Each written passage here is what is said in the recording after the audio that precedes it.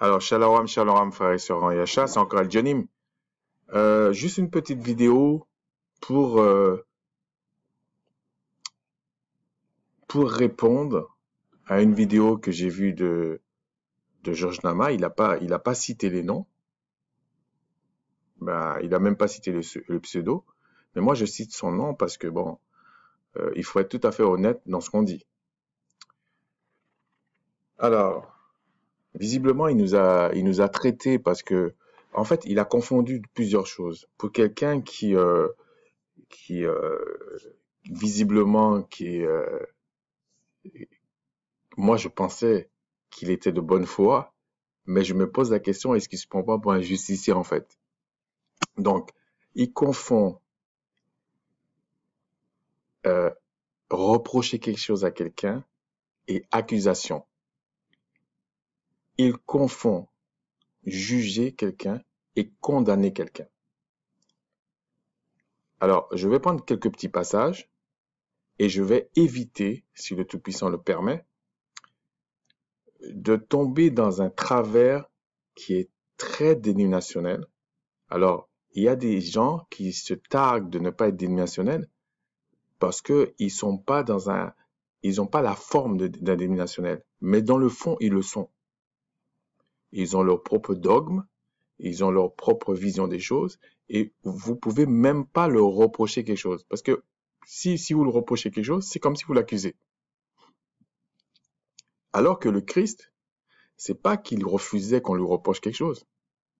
C'est justement, il y avait des gens qui l'accusaient, qui voulaient qu'il meure. C'est là qu'on peut comprendre que c'est ça une accusation.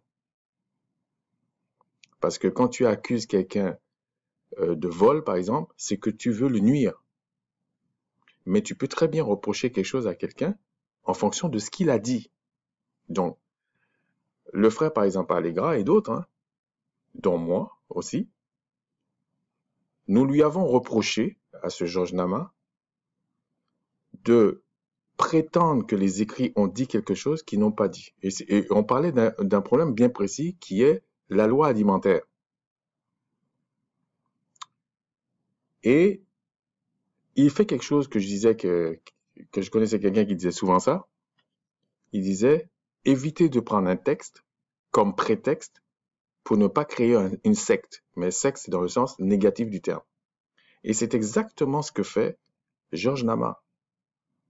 Alors, quand on dit reprocher quelque chose à quelqu'un, ça veut dire que quand il va dénoncer, par exemple, euh, les facéties de certains qui se disent pasteurs, etc., c'est tout à fait correct, il n'y a pas de problème. Mais lorsqu'on lui reproche quelque chose, il n'est pas d'accord. Donc on se pose la question, est-ce qu'en fait, il ne joue pas au justicier, en fait? Et être un justicier n'est pas du créateur. Bon.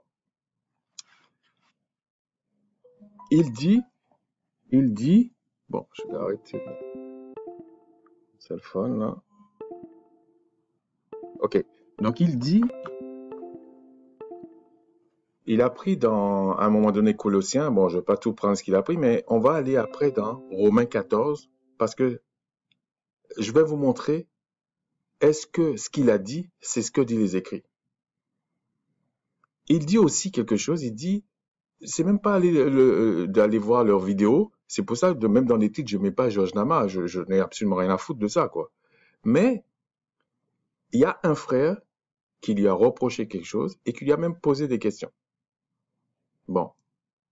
Est-ce que Christ, lui-même, quand il était sur la terre, se permettait de filtrer, je parle pas d'une insulte, hein, s'il y a des gens qui insultent sur sa page, c'est normal qu'ils scratchent ça, et puis c'est tout à fait logique, hein. Mais, quand tu lui poses une question, moi j'ai pas posé de question, ok? Mais il y a un frère qui lui a posé la question. Il a fait sa démonstration, même si ça plaît pas à Georges Nama, mais je préfère quelqu'un qui me démontre quelque chose, comme faisait le Christ, au lieu de venir, et d'ailleurs, c'est ce qui épatait les gens quand Christ parlait des écrits. C'est pas qu'il citait ça comme ça, là, comme fait Georges Nama. Non, il y avait une démonstration des écrits. Donc, lui, qu'est-ce qu'il dit? Il a été dans Colossiens, Et il dit, en parlant de nous, donc il remet en cause notre foi. Pas de problème. Moi, je vous ai dit, j'aime quand quelqu'un veut parler de doctrine. Pour l'instant, il n'a pas vraiment parlé de doctrine. Mais il a fait un sorte de puzzle de bricolage. Mais regardez, il va prendre dans, je ne vais pas tout lire, hein, il prend dans Colossiens 2 et il dit, 2,18, qu'aucun homme, sous une apparence d'humilité, par un culte des anges, ne vous ravisse à son gré le prix de la course, tandis qu'il s'abandonne à ses visions et qu'il est enflé d'un vain orgueil par ses pensées charnelles. Sans s'attacher au chef, dont tout le corps, assisté et solidement assemblé par des jointures et des liens, tire l'accroissement que le Tout-Puissant donne. Si vous êtes mort en Christ au rudiment du monde, on dit bien au rudiment du monde, hein, pourquoi, comme si vous viviez dans le monde, vous impose-t-on ces préceptes? Ne prends pas, ne goûte pas, ne touche pas. Donc c'est bien précis. Hein. Préceptes qui tous deviennent pernicieux par l'abus. Donc on précise bien par l'abus. Et qui ne sont fondés que sur les ordonnances et les doctrines des hommes. Ils ont, à la vérité, une apparence de sagesse en ce qu'ils indiquent un culte volontaire, de l'humilité et le mépris du corps, mais ils sont sans aucun mérite et ils contribuent à la satisfaction de la chair. Donc, ce monsieur Georges Nama prétend que nous, en disant à quelqu'un, mais écoute, regardez bien les écrits. Si Noé faisait la distinction entre ce qui est pur à la consommation et impur à la consommation, et que Moïse, Macha, c'était la même chose, Christ lui-même a fait la même chose. Bon, est-ce que vraiment l'apôtre Paul, c'est ce qu'il a dit? Pour que aujourd'hui dire aux gens, ben voilà, hors contexte, mangez tout. Donc, en plus, on nous dit que le corps que nous avons, c'est comme un temple. Mais là, c'est pas un temple de fait de main d'homme. C'est un temple Tout-Puissant. Puisque son esprit vient tabernaquer en toi. Et nous avons un modèle, en tout cas l'image des choses spirituelles, qui était dans le temple qui a été fait par main d'homme, mais d'après un modèle. Ce qui fait que, même pour les sacrifices, même tout ce qui se passait dans le temple, on ne pouvait pas faire entrer des animaux qui étaient impurs à la consommation. Donc, ça veut dire que quand vous prenez tout, vous vous posez la question, mais pourquoi tout d'un coup on va tout manger? On va aller voir c'est quoi les raisons qu'il donne. Et puis il prétend que nous avons la science infuse. En fait, il fait des faux témoignages parce qu'il est en train de dire des choses qu'on n'a pas dit.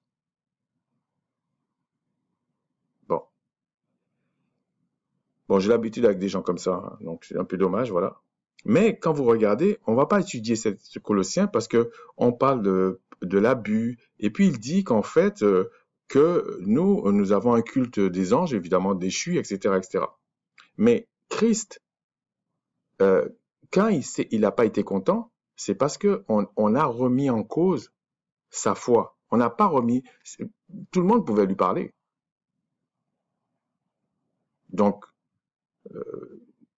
il dit des choses sur les personnes. Bon, lui, il a vu Allegra, tu peux le voir en petit carré là, bon, on me voit pas, il y a d'autres qu'on voit, d'autres qu'on voit pas, etc. Mais il a fait une image, voilà. Et il dit aux gens de ne pas aller voir nos vidéos, etc. Mais chacun récoltera ce qu'il dit. Parce que le seul rétributeur, en réalité, c'est le Tout-Puissant, qui a justifié ceux qui le craignent par le Mashiach, le Christ. Bon. Donc, on va continuer. Moi, voilà la réponse que je vais lui donner et après, on va expliquer, ok? Après, on va aller dans les textes. Alors, vous prenez 2 Pierre 2 Et voilà ce qui est écrit. Et il fait ce qu'il veut avec, mais c'est pour une raison bien particulière, mais je suis obligé de tout lire, ok? Il y a eu parmi le peuple, de faux prophètes. Et il y aura de même parmi vous de faux docteurs qui introduiront des sectes pernicieuses et qui, reniant le maître qui les a rachetés, attireront sur eux une ruine soudaine. Plusieurs les suivront dans leur dissolution et la voix de la vérité sera calomniée à cause d'eux. Par cupidité, ils trafiqueront de vous au moyen des paroles trompeuses, eux que menace depuis longtemps la condamnation et dont la ruine ne sommeille point. Car si le Tout-Puissant n'a pas épargné les anges qui ont péché, mais s'il les a précipités dans les abîmes de ténèbres et les réserve pour le jugement, s'il n'a pas épargné l'ancien monde, mais s'il a sauvé Noé, le 8e, ce prédicateur de la justice, lorsqu'il fit venir le déluge sur un monde d'impies.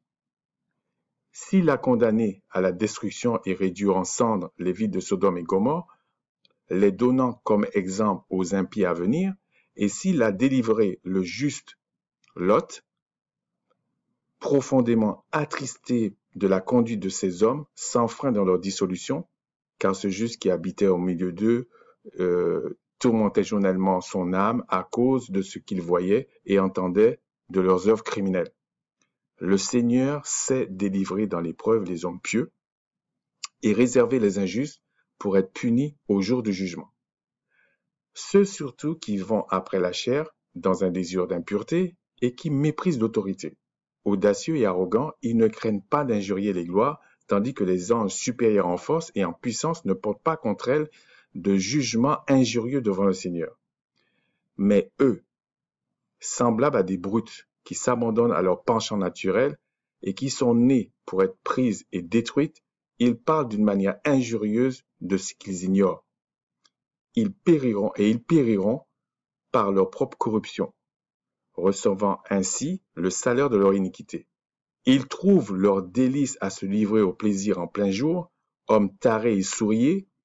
Ils se délectent dans leur tromperie en faisant bonne chère avec vous.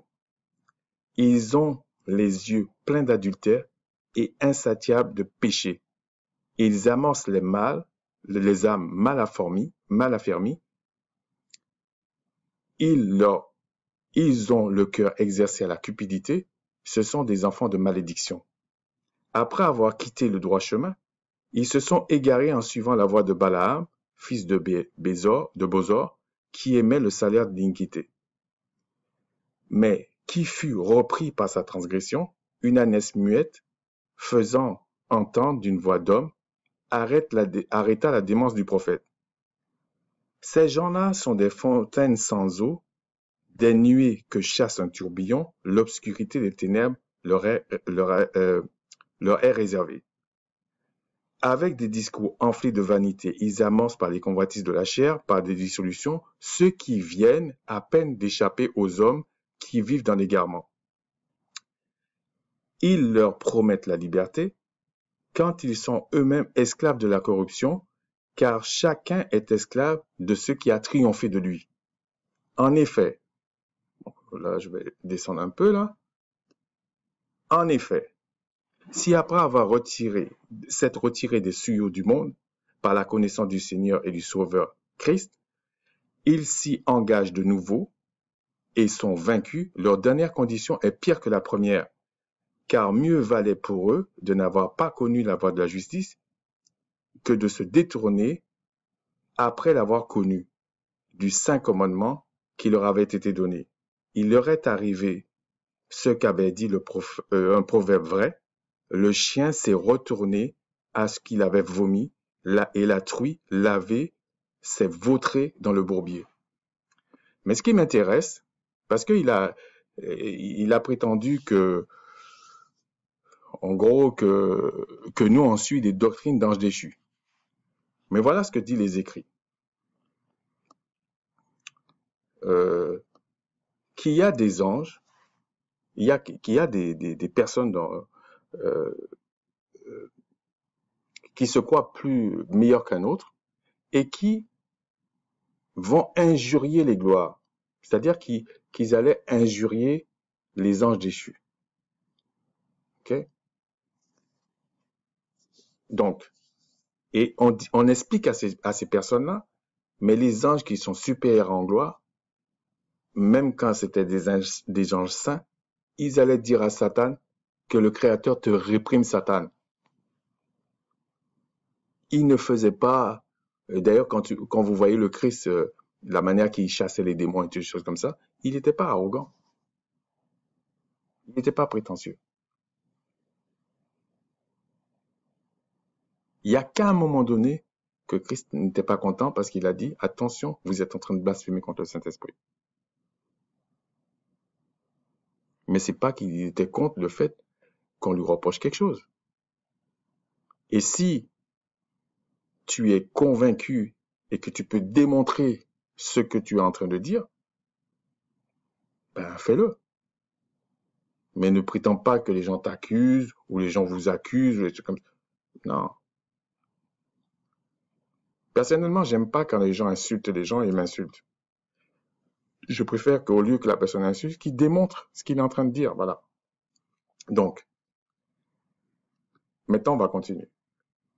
Alors, il dit, à un moment donné, dans plusieurs vidéos, il dit qu'en fait, on ne doit pas juger. Donc, on va prendre dans 1 Corinthiens 5, c'est l'apôtre Paul, 5:12. Alors, c'est parce qu'il y avait des problèmes à Corinthe et puis il avait écrit.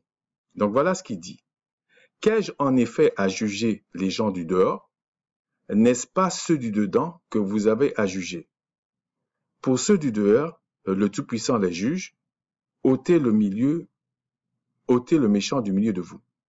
Donc, est-ce qu'il veut dire, lui, Georges Nama, qu'il est meilleur que l'apôtre Paul, qui nous dit que vous avez à juger les gens du dedans? Il n'a jamais dit que vous avez à condamner.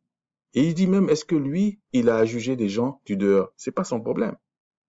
Donc, si quelqu'un vient et puis il parle des écrits et il se réclame du Christ, c'est normal que d'autres personnes peuvent dire, ben écoute, comment ça se fait qu'il y a ça et puis je comprends pas ce que tu es en train de dire aux gens. Bon, il faudrait qu'il réponde à ça. Bon. Ensuite, on va prendre un autre. Et puis il dit qu'on a la science infuse. Hein. Moi, j'ai pris un verset, c'est tout. Bon. Et puis j'ai mis quand même le petit contexte immédiat, ce que lui ne fait pas. Bon, maintenant, on va dire encore le principe des écrits. Et on voit ça dans Psaume 1, mais ça a été repris dans Matthieu 7. Il dit, Matthieu 7, 17, et c'est le Christ qui parle. Chapitre 7, verset 15. On peut aller même verset 14. Mais étroite, non, on va prendre le 13. Entrez par la porte étroite, car large est la porte, spacieux est le chemin qui mène à la perdition, et il y en a beaucoup qui rentrent par là. Mais étroite est la porte, resserré le chemin qui mène à la vie, et il y en a peu qui les trouvent. Gardez-vous des faux prophètes, ils viennent à vous en vêtements de brebis, mais au-dedans, ce sont des loups ravisseurs. Vous les reconnaîtrez à leurs fruits. Cueille-t-on des raisins sur des épines ou des figues sur des chardons? Tout bon arbre porte du bon fruit, mais le mauvais arbre porte du mauvais fruit. Tout bon arbre ne peut porter du mauvais fruit, mais un mauvais arbre ni un mauvais arbre porter du bon fruit. Tout arbre qui ne porte pas du bon fruit est coupé et jeté au feu. C'est donc à leurs fruits que vous les reconnaîtrez. Et puis après, il explique, c'est pas tous ceux qui disent Seigneur, Seigneur qui rentreront dans le royaume des cieux, mais celui-là seul qui fait la volonté de mon Père qui est dans les cieux. Puis il explique, bon, c'est pas l'objet, ok? Puis il explique que plusieurs diront, on a fait des miracles, on a fait ceci, voilà. Surtout les prosélytes, c'est ce qu'ils vont dire. Mais le Créateur, en tout cas, le Christ, Yahshua, dit que c'est aux fruits qu'on va voir ça. Alors, je ne sais pas ce que je vais parler aujourd'hui, mais il y a certains qui disent, ah, mais c'est pas ce qui rentre dans la bouche, c'est ce qui sort qui souille. Mais là, on vous dit, puisqu'on peut manger de tout, on va expliquer ça de façon très basique. On vous dit là qu'il y a des arbres qui portent des mauvais fruits. Bon, mais je vais revenir sur ça, ok? Ensuite, on parle de Timothée, mais on va aller jusqu'à Romains 14, là. Juste après, c'est Romains 14. Et puis, on explique, on va prendre la première partie, mais l'Esprit dit expressément que, dans les derniers temps, quelques-uns abandonneront la foi pour s'attacher à des esprits séducteurs et à des doctrines de démons, par l'hypocrisie de faux docteurs portant la marque de la flétrissure dans leur conscience, prescrivant de ne pas se marier, je pense qu'un jour il avait pris même ce texte-là, et de s'abstenir des aliments que le Tout-Puissant a créés pour qu'ils soient pris avec action de grâce par ceux qui sont fidèles et qui ont connu la vérité. Car tout ce que le Créateur a créé est bon, et rien ne doit être rejeté pourvu qu'on le prenne avec action de grâce. Parce que tout ce qui est sanctifié par la parole du Tout-Puissant, parce que tout est sanctifié par la parole du Tout-Puissant et par la prière. Bon. Donc, je ne vais pas lire le reste parce que ce n'est pas une étude sur Timothée, ok? Mais on parle des derniers temps. On dit que quelques-uns abandonnons la foi.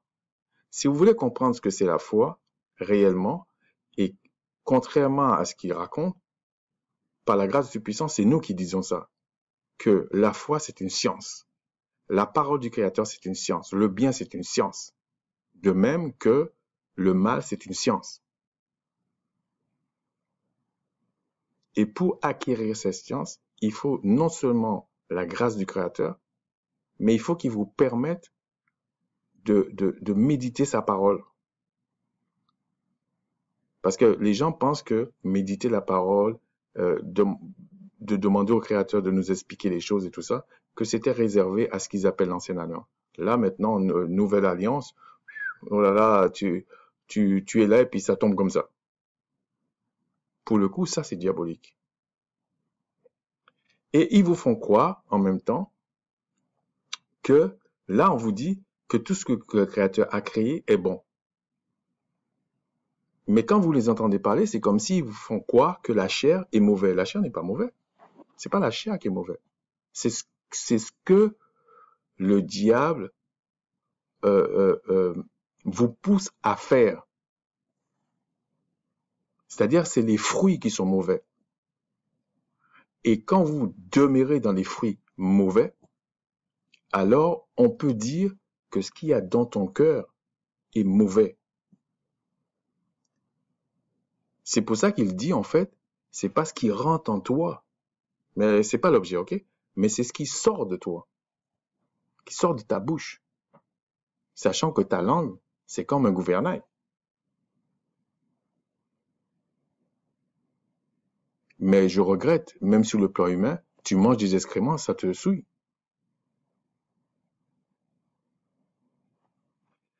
Maintenant, si on passe dans Romains 14. Là, c'est la cerise sur le gâteau, hein, vous allez voir. Alors, il prend ce passage pour dire que qu'en fait, il ne faut pas mépriser quelqu'un qui mange les aliments qui ne sont pas bonnes pour la consommation, qui sont pas bons pour la consommation, mais que tu peux manger aussi bien ce qui est écrit dans la loi de vie, mais la loi donnait la vie, mais elle ne donnait pas la vie éternelle, parce que la vie éternelle, c'est de connaître le Créateur lui et lui seul. Mais la vie, puisque Christ faisait la volonté du Créateur, c'est pour ça qu'on dit que Christ pouvait donner la vie. Mais c'est le Créateur seul qui ressuscite. Véritablement. Même si il utilise Il peut utiliser un ange, il peut utiliser le Christ, il peut même vous utiliser.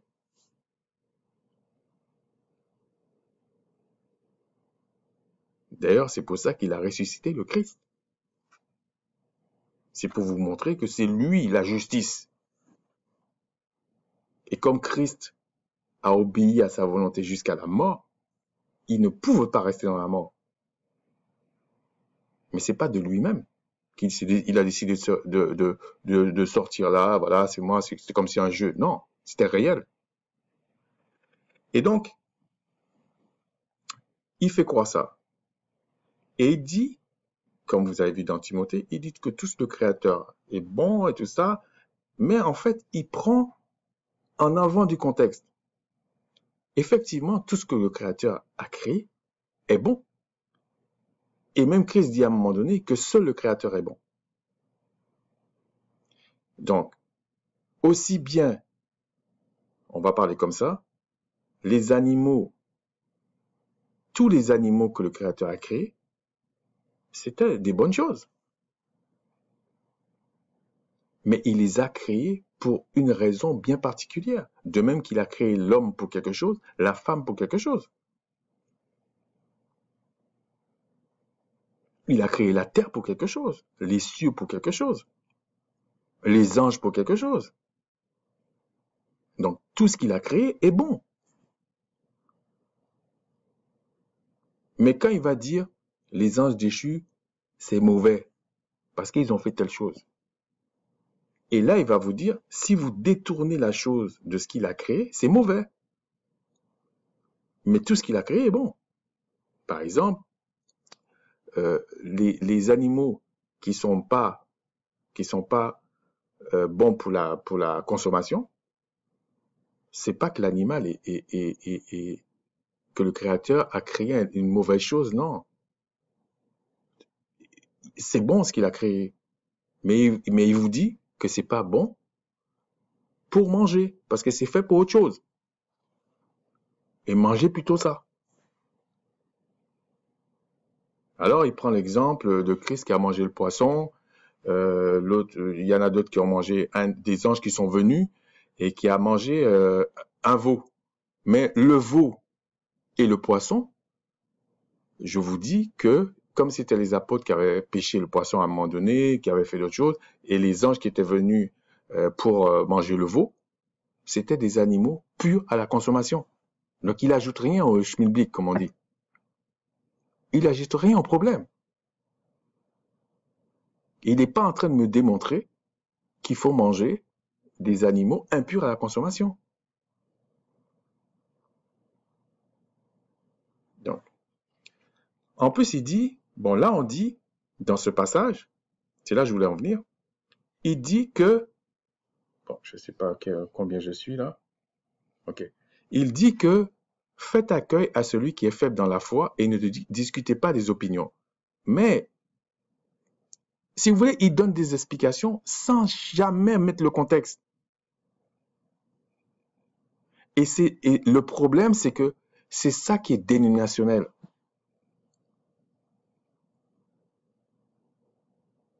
Comme dans les écrits, c'est marqué par la parole du Créateur, c'est par la parole, par l'épée de la parole, que tu vas triompher. Il pense que c'est quand tu vas balancer des choses comme ça, un verset, que ça va faire fuir Satan. Satan va rester là, il va rigoler avec toi.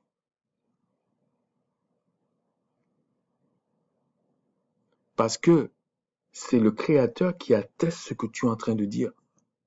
Sinon, il ne va jamais partir. Vous êtes en train de mentir aux gens.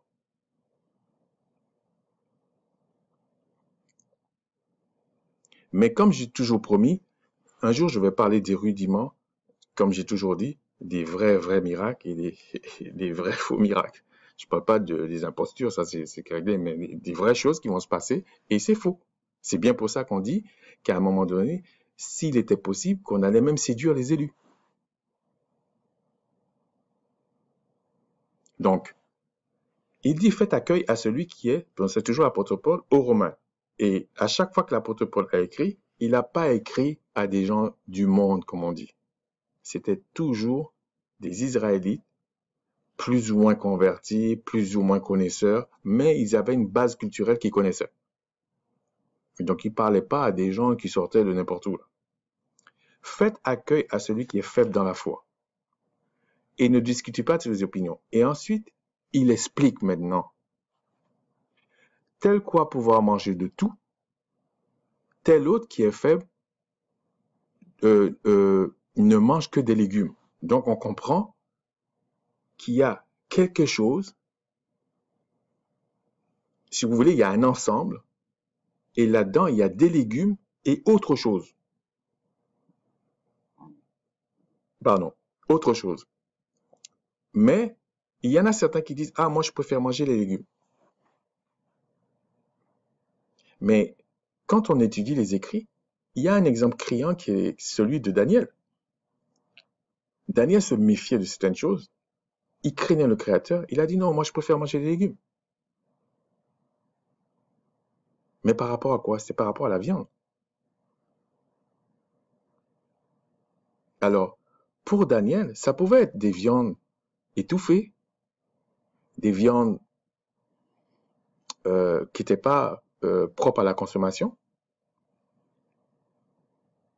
C'était peut-être ça, ou même des viandes qui étaient sacrifiées aux idoles et il ne voulait pas laisser une ambiguïté. Également le vin. Et quand on regarde les écrits, c'était pas parce que Daniel pensait qu'il allait être sous. C'était pas ça. Déjà, il faut bien comprendre que le vin a une signification sur le plan spirituel. Bon. Mais si vous dites, donc on voit que là, c'est tel quoi pouvoir manger de tout, le tout là, c'est la viande et les légumes. Quand vous revenez dans Timothée, il dit bien, certains se prescrivant de ne pas se marier, de s'abstenir des aliments que le Créateur a créés pour qu'ils soient pris avec action de grâce, et pour ceux qui sont fidèles et qui ont connu la vérité. Et puis ensuite, il dit, car tout ce que le Créateur a créé est bon et ne doit point être rejeté, pourvu qu'on le prenne avec action de grâce, parce que tout est sanctifié par la parole et par la prière. Alors, si on regarde les choses bêtement, effectivement, on peut dire, est-ce qu'on parle du mariage ou est-ce qu'on parle que des aliments? On suppose que c'est que des aliments. Mais sanctifier, c'est quelque chose de bien précis. C'est quelque chose que tu mets à part et quand tu vas prier maintenant, tu vas rendre grâce pour ça. Donc le Créateur va bénir. Maintenant, comme ils nous disent qu'on peut manger n'importe quoi, admettons que quelqu'un va dans les champs et puis il met des champignons. Puis il s'est trompé de champignons. Il a mis des champignons qui va bien te faire comprendre que tu vas pas vivre plus de 10 minutes. Il y en a peut-être d'autres, c'est même pas une minute. Parce que c'est comme un poison. Donc, tu arrives parce que ça se vend au marché. Tu achètes, tu rentres chez toi, tu rends grâce et tout. Tu peux même faire la fête, hein, monter sur les tables, comme tu veux. Tu le prends, tu vas mourir. Même si tu as rendu grâce. Mais si tu as l'esprit du Seigneur, le Seigneur va te dire, ne mange pas ça. Parce que c'est un poison, c'est pas bon pour manger. Donc, c'est pas parce qu'on a dit manger de tout, que tout est bon, que tout ce que le Créateur a créé, c'est bon. Mais c'est pas dans ce sens qu'on parle. Parce que le champignon qui est mauvais, qui est comme un poison, c'est mauvais à la consommation, mais ça veut pas dire dans l'absolu que c'est mauvais. C'est comme plein de choses, parce qu'il y avait des choses il y avait des plantes qui étaient là pour la guérison, d'autres qui étaient là pour autre chose. D'ailleurs, quand j'étais gamin, j'avais l'habitude de voir des animaux quand, des fois, quand j'étais en vacances et tout ça, je me rendais compte, sinon je me rendais pas compte. Euh, Particulièrement les chiens. Et ils faisaient des purges eux-mêmes. Par exemple, des fois, ils mangeaient des trucs. Il y en avait un, une fois, j'avais vu comme ça, j'avais observé ça. Il a mangé des aliments, et puis c'est comme si on l'avait empoisonné, ou on empoisonnait les chiens, en fait, un truc comme ça. Et puis, je l'ai vu arriver, il trébuchait, là, et puis il a été manger des herbes. Et puis, il a vomi, je sais pas ce qu'il a fait, il mangeait des herbes. Ben, il est pas mort, hein. Il y en avait certains, un certain chien, je voyais comme ça, de temps en temps, il allait chercher, il mangeait des herbes. Donc, ça veut dire que on est arrivé à un point que l'animal est plus instruit que nous. Et donc, dans Romains, c'est un peu la même chose qu'il explique, en fait, l'apôtre Paul. Il dit, ben voilà, toi, tu veux pas manger de viande, il n'y a pas de problème. Ben, toi, tu dis que tu veux manger que des légumes, il n'y a pas de problème. C'est pas la peine de vous condamner entre vous. Parce qu'un tel peut dire, ah, mais si tu manges que des légumes, c'est que tu crois pas, tu n'as pas la foi. Mais l'autre peut dire, puisqu'il mange la viande, et toi tu manges que des légumes, tiens, ouais, mais non, c'est l'inverse. Il y a des deux cas. Soit tu manges que des légumes, et toi tu vas dire que les autres n'ont pas la foi. Parce que tu sais pas d'où vient la viande, etc., etc.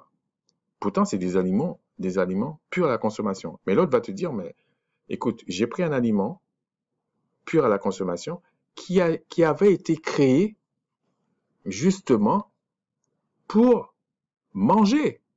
Donc, c'est pour ça qu'il dit que tout ce qui a été créé est bon et ne doit pas être rejeté pourvu qu'on le prenne avec action de grâce. Parce que tout est sanctifié par la parole du Tout-Puissant. Quand le Tout-Puissant dit, j'ai créé des animaux purs à la consommation, créé des animaux impurs à la consommation, voilà leur utilité. C'est ça sa parole. C'est ça qu'il a dit. Et quand il parle ce qu'il dit, ça doit être éternel, comme lui. C'est pour ça qu'on vous dit que la parole est avec lui dès le commencement. La parole est éternelle comme lui. Sauf s'il dit, voilà, je crée des animaux purs à la consommation et je veux qu'ils soient purs à la consommation pour 10 siècles. Mais c'est pas ce qu'il a dit. Il a parlé, l'animal est toujours pur à la consommation. Il a parlé pour l'autre, l'animal est toujours impur à la consommation. Peu importe dans quel siècle tu es. Et vous allez me dire, oui, mais c'est comme si Christ a dit ça. Christ n'a jamais dit ça. Puisque je vous ai montré que c'est Christ, c'est le Père lui-même qui a ressuscité le Christ. C'est pas Christ qui a décidé de te ressusciter.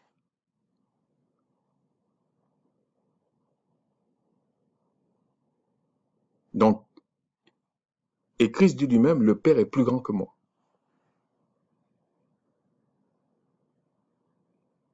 Parce que tout vient de lui.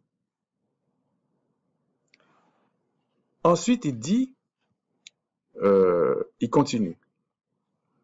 Et effectivement, il dit, mais celui qui mange ne méprise pas celui qui ne mange pas, et celui qui ne mange pas ne juge point celui qui mange, car le Tout-Puissant l'a accueilli. Bon.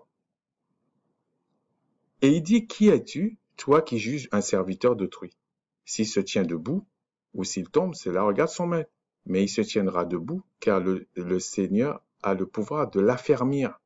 Le pouvoir de l'affermir, ça veut dire le pouvoir de lui faire comprendre à travers les écrits, à travers l'enseignement, à travers la connaissance, qu'en fait, ben, tu peux dire tu manges que des légumes, il n'y a pas de problème. L'autre peut dire je mange de tout, donc je mange la viande et les légumes, il n'y a pas de problème. Mais il était hors de question que ce que le Créateur a créé de bon pour manger et que ce que le Créateur a créé de bon pour ne pas manger, vous changez ça. Ça n'a pas de sens. Ensuite, il dit, pareil pour les jours, pareil pour ça. Même si un tel dit que tous les jours sont égaux. Et l'autre dit que tous les jours ne sont pas égaux. Mais même quand le Créateur dit, ce jour-là, il y a telle convocation dans le temple, même quand c'était dans l'Ancienne Alliance, comme vous dites. Ça ne voulait pas dire que les autres jours ne lui appartenaient pas. Hein. C'est pour ça qu'il dit ça. Prenons par exemple quelqu'un qui dit, moi je fête le Shabbat du 7e jour. Mais les 6 autres jours qu'il y a là, ça appartient aussi au Créateur. Mais le Créateur a partagé ça avec son peuple. Et vous allez me dire, ouais, mais les gens qui ne le connaissaient pas, les autres peuples, tout ça, c'était quoi? Mais le Créateur a expliqué ça. Il est tellement généreux, il fait tomber la pluie sur les justes et les injustes. Donc, tu peux profiter d'une journée, mais tu ne le mérites pas. Mais chacun, si tu appartiens au Créateur, tu sais que tous les jours, c'est une grâce qui te fait d'apprécier une journée. Mais en réalité, ça ne veut pas dire qu'il n'y a pas des moments, il te convoque. C'est comme dans la vie de tous les jours. Ce n'est pas parce qu'on a des enfants ou on connaît des gens que les gens font pas leurs affaires et puis de temps en temps, ben il y a un moment donné, vous parlez sérieusement, quoi.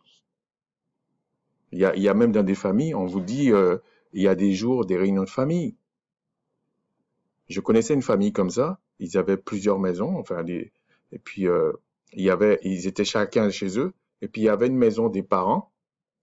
Donc quand les parents étaient vivants, je suis pas sûr qu'ils le faisaient, mais quand les parents étaient morts, en fait, ils ont pris l'habitude parce que je pense que de temps en temps, ils allaient voir les parents là, et puis pour la famille reste soudée, et ils faisaient pas de culte des morts, hein, c'est pas ça.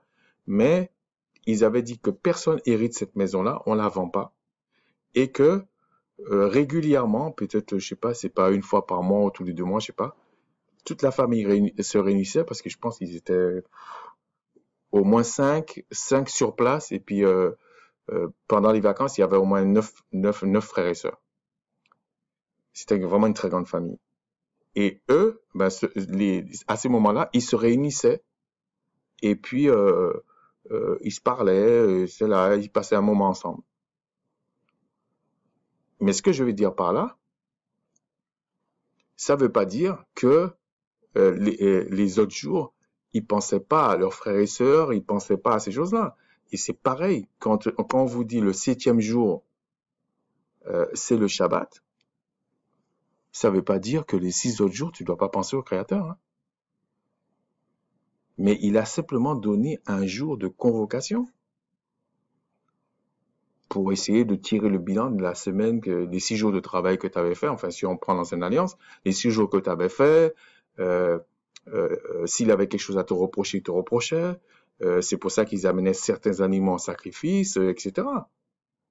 Parce qu'il fallait tirer un bilan avant de vraiment, dans ce contexte-là, te présenter devant le Créateur. Mais ça ne veut pas dire que le Créateur ne te voyait pas toute la journée ou que tu ne pouvais pas le prier même les autres jours. Mais il y a des personnes qui vont vous dire, ben, sous prétexte que tous les jours sont pareils, eh ben, ils vont négliger certains types de rencontres avec le Créateur. Et je vous dis, même si vous ne savez pas ces jours de fête-là, si vous marchez vraiment avec le Créateur, il y a des moments où vous avez à cœur de le prier. Et si la personne vous dit le calendrier, vous allez voir, ça tombe avec ces jours-là. Donc, quand vous ne savez pas quelque chose, arrêtez de traiter les gens de je sais pas quoi, de démons, de toutes sortes de choses-là.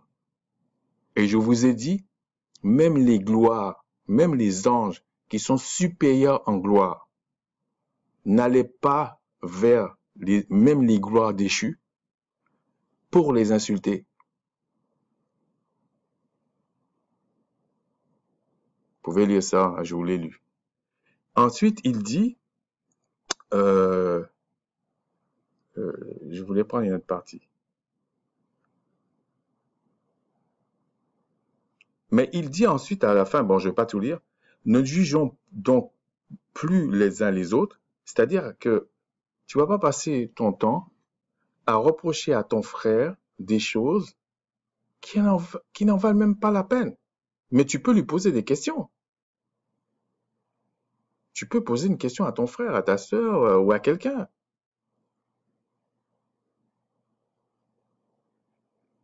C'est normal que, pour l'instant, moi, j'ai pas vu sa démonstration. J'ai vu quelqu'un lire des lignes, là, mais j'ai pas vu une démonstration qui m'explique pourquoi aujourd'hui que certaines personnes, y compris Georges Nama, dit à la personne, tu peux aller manger des chauves-souris.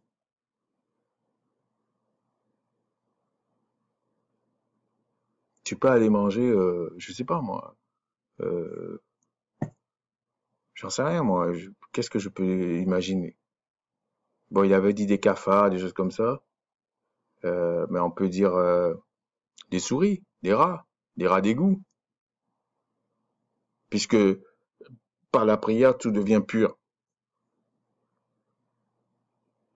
Mais regardez, si on dit, et je suis d'accord que ça devient pur, ok, par la prière, on va prendre un animal pur à la consommation et un animal, on va dire comme ça,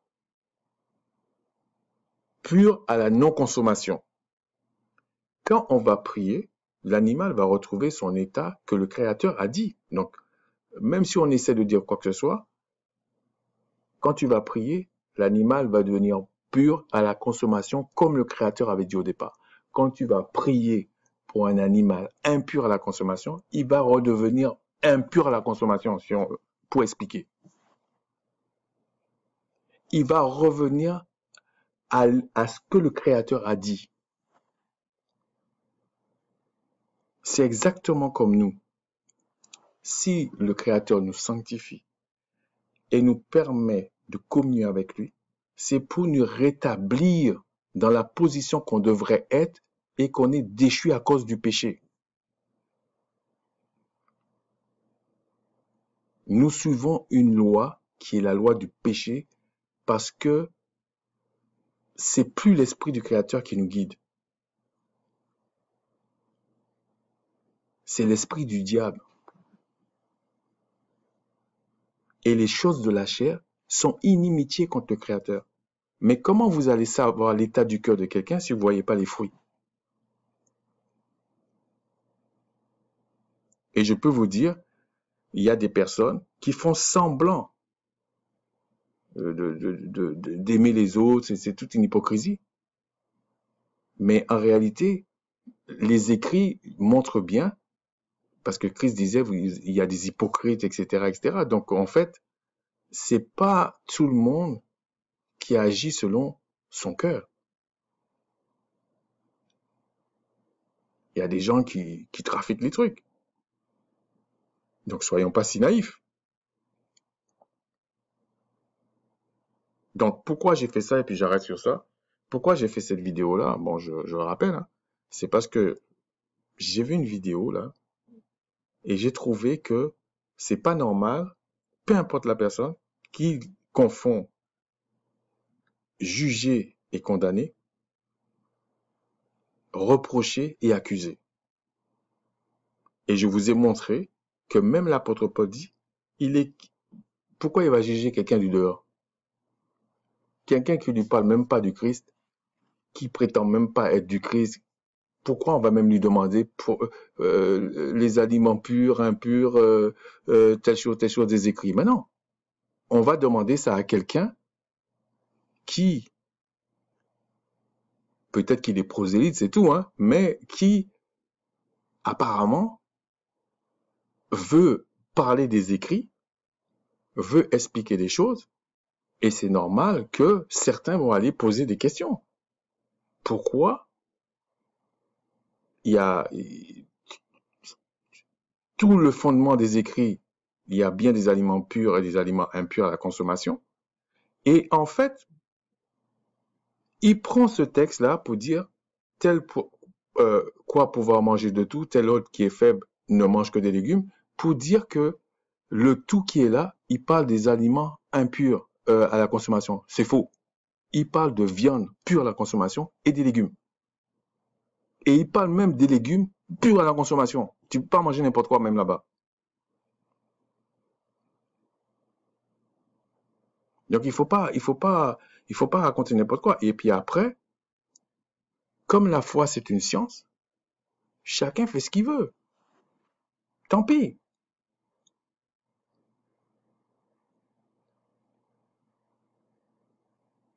Le créateur lui-même va confirmer. Pourquoi aller dire des choses sur les personnes, aller dire on t'a accusé? Pourquoi? Moi, est-ce que j'ai le temps pour ça?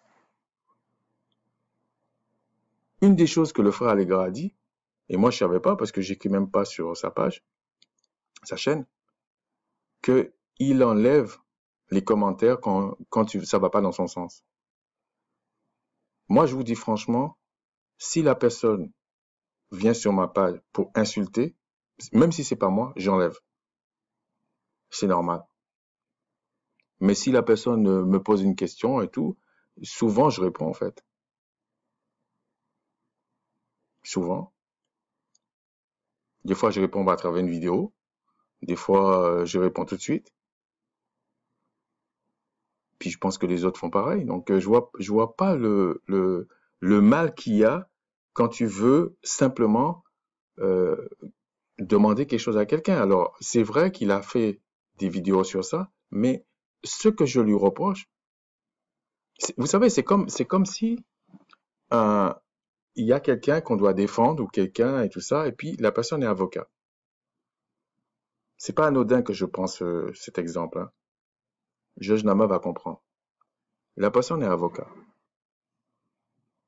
Et puis, il ne fait pas la démonstration dans un contexte bien particulier de la loi et de son client.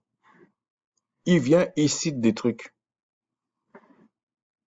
On va même dire, mais la loi n'a pas dit ça. Parce qu'on va lui demander dans quel contexte on a fait cette loi-là. Pourquoi, en fait, on a fait cette loi? Je ne parle pas de la jurisprudence, ça c'est autre chose. Mais dans quel contexte? Et son client là, qu'est-ce qu'on lui reproche à la base? Pourquoi il dit ça maintenant? Pourquoi il parle de telle loi? Et la partie adverse va dire voilà pourquoi par rapport à telle loi. Et là, ils vont essayer de comprendre. Chacun va essayer de démontrer à travers des lois, dans un contexte bien particulier, que son client est innocent ou est condamné et ou est coupable. Et c'est comme ça qu'on progresse. Si on est à la recherche de la justice, et le Créateur dit, si ta justice n'est pas supérieure à celle du monde, c'est-à-dire que, oui, tu vas dénoncer des choses, et puis quand on te pose une question, tu dis, bah non, vous êtes des diables, etc., c'est pas la peine, machin. Non, non. Moi, je vous dis, pour finir avec ça, la plupart des gens, alors il y a des fois, il y en a même certains, j'ai regardé pendant 2 ans leurs vidéos avant d'avoir une idée de ce qu'ils essaient de dire. Il y en a certains d'autres, ça peut être au bout de la moitié de la vidéo. Bon, je suis pas d'accord. Parce que j'essaie de comprendre par rapport aux écrits, des choses comme ça. Et il y a même certaines choses qu'il y a des gens qui ont dit dans des vidéos. Je dis, ah ouais, j'avais pas pensé à ça. Ça m'a permis d'approfondir d'autres choses ou même de remettre en cause d'autres choses.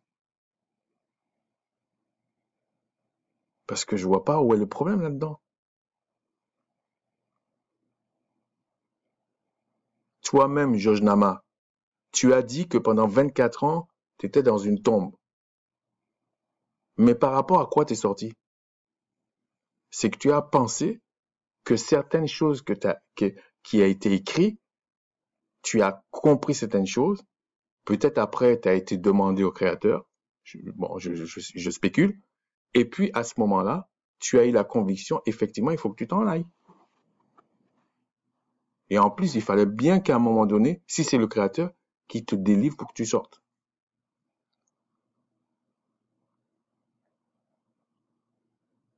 Donc, pourquoi tu vas empêcher les autres de se poser des questions? Même sur ma chaîne, là, moi, je le dis. Et les frères le savent. Moi, je mets pas Georges Nama, machin. Une seule fois, j'ai parlé d'un qui s'appelle le Scooter parce qu'il y avait une raison bien particulière. Mais sinon, je fais pas ça. Et je demande pas aux gens de souscrire à ma chaîne. Non. S'ils veulent pas, ils veulent pas. S'ils veulent, ils veulent. C'est pas ça mon problème, en fait. Sur ce, à vous, les frères et sœurs Ayasha, on va revenir à des choses plus constructives. C'est simplement parce que quand quelqu'un vous demande et que vous avez la possibilité de parler, la personne vous demande la raison de votre foi, pour le coup, en vous accusant, il faut répondre le plus humblement possible, même si la personne dit des choses un peu malhonnêtes, voire malhonnêtes tout court, et que lui, il ne fait aucune démonstration de la compréhension des écrits, il ne fait que citer, c'est-à-dire que tu prends un gamin qui lit beaucoup, il peut faire la même chose que lui. Mais il démontre pas à quelqu'un qui a des responsabilités, à quelqu'un qui est adulte, mais qui veut craindre le créateur, il ne démontre pas que ce qu'il est en train de dire est vrai. Il y a même certains qui disent oui, c'est pas ce qui rentre, c'est ce qui sort, machin. Ils comprennent même pas ce que ça voulait dire. Ils s'en fichent du contexte.